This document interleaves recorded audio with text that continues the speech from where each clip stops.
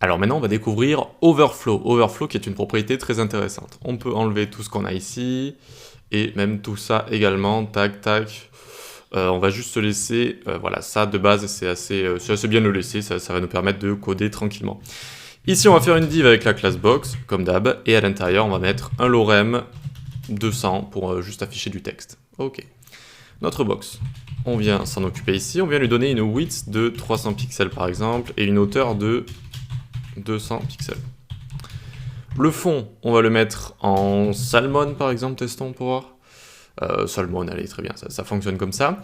Et donc de base, qu'est-ce qui se passe? Eh bien le contenu va overflow, il va dépasser de la boîte ici, d'accord? Il va dépasser de la boîte qu'on crée.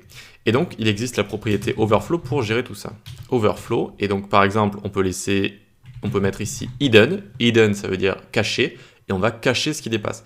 Cette propriété est très intéressante, parce que quand on va coder des choses, de manière générale, des fois, il y a des petites choses qui vont dépasser.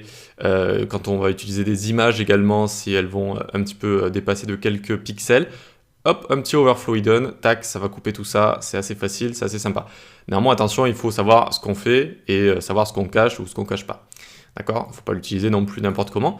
Ici, on peut mettre également scroll, que j'utilise absolument jamais. Ça va donner une scroll bar ici et en bas, ce qui n'est pas très esthétique, vous voyez, ici.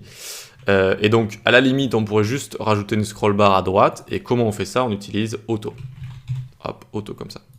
Et auto, en fait, ça laisse au navigateur le choix de rajouter une navbar ou pas quand il y en a besoin. Et donc, il ne va pas rajouter de base cette navbar en bas de gauche à droite vu qu'il n'y en a pas besoin, mais juste une navbar de haut en bas comme ça. Voilà, ça peut être utile, même si ça, c'est pas non plus très très joli, mais pourquoi pas si vous avez vraiment un contenu qui nécessite d'être scrollé comme ça.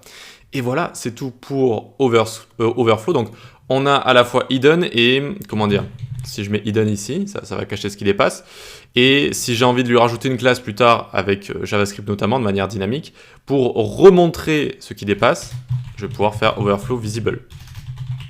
D'accord, qui est l'inverse d'hidden. Et hop, ça va remontrer ça, d'accord? On est toujours dans le système de cascade, hein, donc si ce que je déclare en dessous va prévaloir sur ce que je déclare au-dessus, que ce soit des sélecteurs ou des propriétés.